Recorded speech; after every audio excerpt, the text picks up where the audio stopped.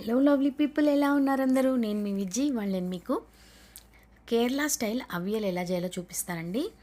ఇది మనం ఎన్నిసార్లు రిపీటెడ్గా చేసుకున్నా కూడా అంత హెల్త్కి మంచిది. ఎందుకంటే దీంట్లో మనం చాలా వెరైటీస్ ఆఫ్ కూరగాయలన్నీ చేర్చి చేసే ఒక రెసిపీ. దీంట్లో ఆయిలే ఉండదండి. ఒక స్పూన్ కొబ్బరి నూనె మట్టుకు మనం దీంట్లో యూజ్ చేస్తాం అంతే. ఆయిలే లేకుండా చేయగలిగే ఒక గ్రేవీ. చాలా టేస్టీగా ఉంటుంది, కమ్మగా ఉంటుంది. ఇది మనకి కేరళలో అయితే వాళ్ళు డైలీ స్టేపుల్ అనమాట. ఇది రెగ్యులర్గా చేసుకుంటూ ఉంటారు.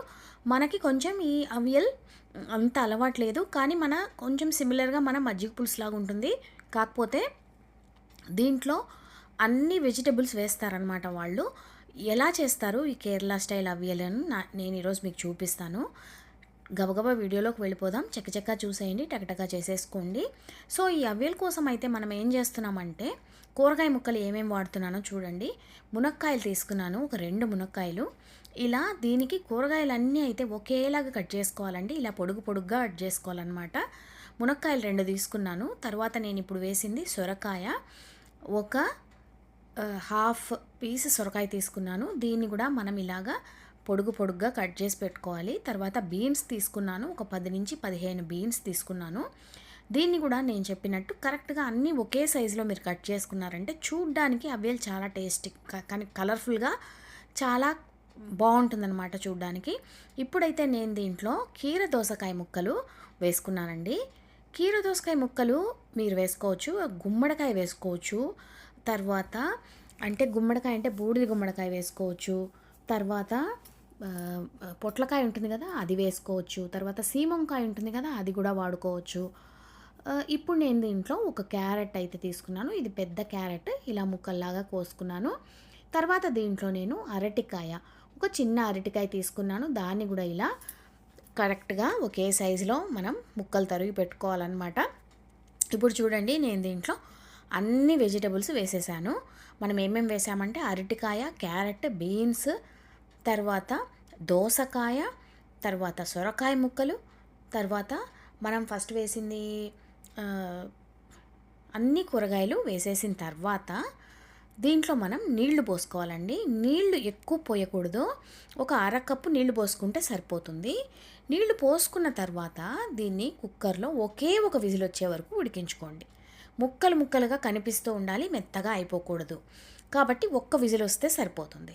ఇప్పుడు మనం మిక్సీ జార్లో ఒక 4 నుంచి 5 పచ్చిమిరపకాయలు, ఒక అరచిప్ప పచ్చి కొబ్బరి, ఫ్రెష్ కొబ్బరి తీసుకోవాలండి. దీనికి మనం ఎప్పుడైనా సరే అవియల్ చేయాలనుకుంటే ఫ్రెష్ కొబ్బరి మాత్రమే యూస్ చేయాలి. తర్వాత దీంట్లో మొత్తం అవియల్కి సరిపడా ఉప్పు కూడా వేసుకొని దీన్ని ఫస్ట్ ఇలా మీరు పేస్ట్ చేసేసుకోండి. తర్వాత దీంట్లో ఒక పెద్ద కప్పుడు పెరుగు.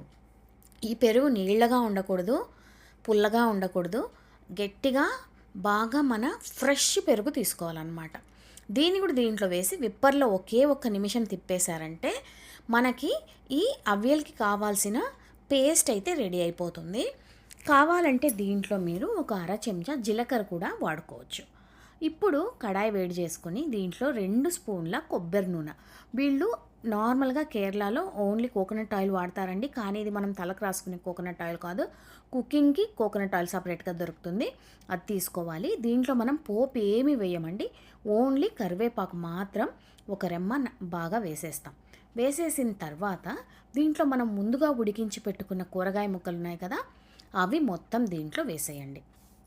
మనం వేసిన కూరగాయ ముక్కలు చితికిపోలేదు చూడండి, అలాగే మనకి ముక్కలుగా కనిపిస్తూ ఉండాలి, మ్యాష్ అవ్వకూడదు. అందుకే నేను చెప్పాను ఒకే ఒక విజిల్ వస్తే సరిపోతుందని. మీరు చూసుకుని విజిల్స్ ఎన్ని కావాలో మీ కుక్కర్కి తగ్గట్టు దీన్ని పెట్టుకోండి. ఇప్పుడు లేదంటే మీరు సపరేట్గా కూడా వీటిని ఉడికించుకోవచ్చు, కానీ ముక్కలు మాత్రం మ్యాష్ అవ్వకుండా చూసుకోండి. ఇప్పుడు మనం దీంట్లో ముందుగా చేసి పెట్టుకున్న పెరుగు పేస్ట్ ఉంది కదా, కొబ్బరి అవన్నీ వేసి మనము ఉప్పు కూడా దీంట్లోనే వేసేసి మనం పేస్ట్ చేసి పెట్టుకున్నాం కదా, ఆ పేస్ట్ అయితే దీంట్లో వేసేద్దాం. ఇప్పుడు మనం ముఖ్యంగా గుర్తుపెట్టుకోవాల్సిన విషయం ఏంటంటే దీంట్లో కొత్తిమీర ఇలాంటివి ఏమీ మనం వేయకూడదండి. ఈ ఫ్లేవర్ ఓన్లీ కొబ్బరి ఫ్లేవర్ మాత్రం వస్తుంది. చాలా మైల్డ్గా చాలా క్రీమీగా ఉంటుంది. దీనికి మనం ఇంకా ఏం చేయాలంటే ఎక్కువసేపు కూడా ఉడికించకూడదు. పెరుగు విరిగిపోయే ఛాన్స్ ఉంది. మనం ఏం చేస్తామంటే సిమ్‌లో పెట్టి చుట్టూ ఒక మరుగు వస్తుంది కదా! ఒక కొంచెం స్టార్ట్ అవుతుంది కదా! బాయిల్ అవ్వడానికి. అప్పుడు మనం స్టవ్ ఆఫ్ చేసేయాలి. నేను చూపిస్తాను చూడండి. మీకు ఎప్పుడు స్టవ్ ఆఫ్ చేయాలని కూడా చూపిస్తాను. ఇప్పుడు మనం దీన్ని మొత్తం మిక్స్ చేసేసుకుని సిమ్‌లో పెట్టుకుని వదిలేద్దాము. ఒక 2-3 నిమిషాల లోపు ఇది బాగా కొంచెం బాయిల్ అవ్వడం స్టార్ట్ అవుతుంది. నేను చూపిస్తాను మీకు ఎలా అది ఆఫ్ చేయాలో చూడండి. ఇప్పుడు మనకు ఒక చిన్న ఉడుకు తెలుస్తోంది కదా! ఇప్పుడు స్టవ్ కట్టేసి